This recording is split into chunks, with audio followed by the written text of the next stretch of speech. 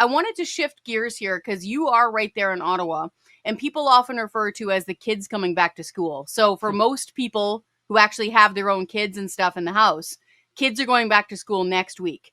Now, when do your kids, your MPs, actually come back to school?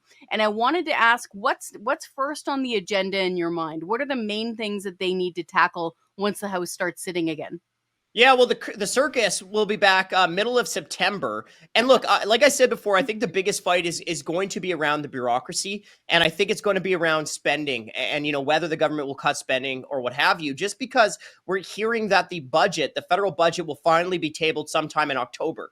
But we've already kind of talked about the bureaucracy. I want to shift to another fight that I see coming, and that's around the government's ban on the sale of new gas and diesel vehicles by 2035, right? So by 2035, the government wants to ban the sale of all new gas and diesel vehicles. And the reason I think this is going to be a big fight is twofold. So number one is that this ban starts in 2026. So it starts in a couple months, where I believe about 20% of all new gas and diesel vehicles sold, or all new vehicles sold, will have to be electric. So the ban is starting next year. But the second reason I bring it up, why I think this is going to be such a big issue, is because Mr. Poilievre and the Conservatives have vowed to launch a national campaign against the government's ban on the sale of new gas and diesel vehicles. So I think that's going to heat up real quick once September rolls around.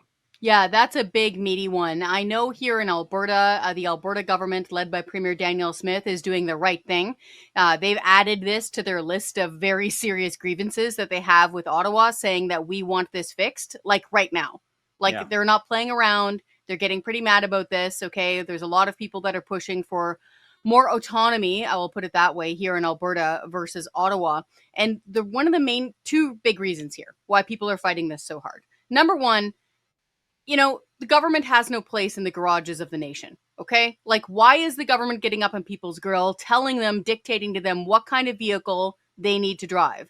I'll put it this way. So if you're, hauling cattle here in Alberta, or if you're a commuter out there in Ontario, you're trying to get into downtown Toronto or something like that, you're driving into London, like, that's up to you what kind of vehicle fits for your work and family requirements, okay? And the government is just bad at doing things, as you just described very fulsomely with the bureaucracy.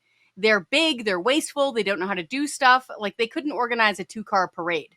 So who are they to say this is going to fit for your family? It can't. And secondly, the main reason why the Taxpayers Federation is fighting this is that we can't afford this.